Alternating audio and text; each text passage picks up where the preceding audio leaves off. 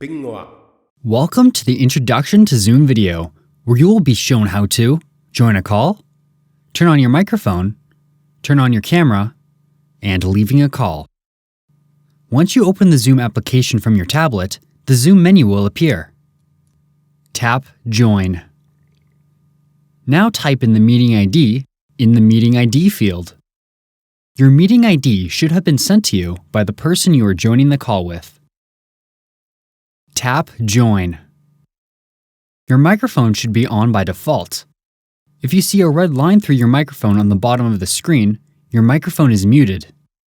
Tap the microphone icon to unmute yourself. When the red line is gone, everyone can now hear you. If you wish to mute your microphone, just tap on the microphone icon again. Your camera may or may not be on by default. You'll know if there's a red line through the camera icon. Like the microphone icon, if there's a red line, that means your camera is off. Tap the camera icon to turn it on.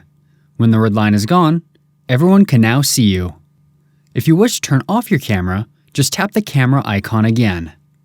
When it's time to say goodbye, tap the End button and select Leave Meeting to leave the call. That's it!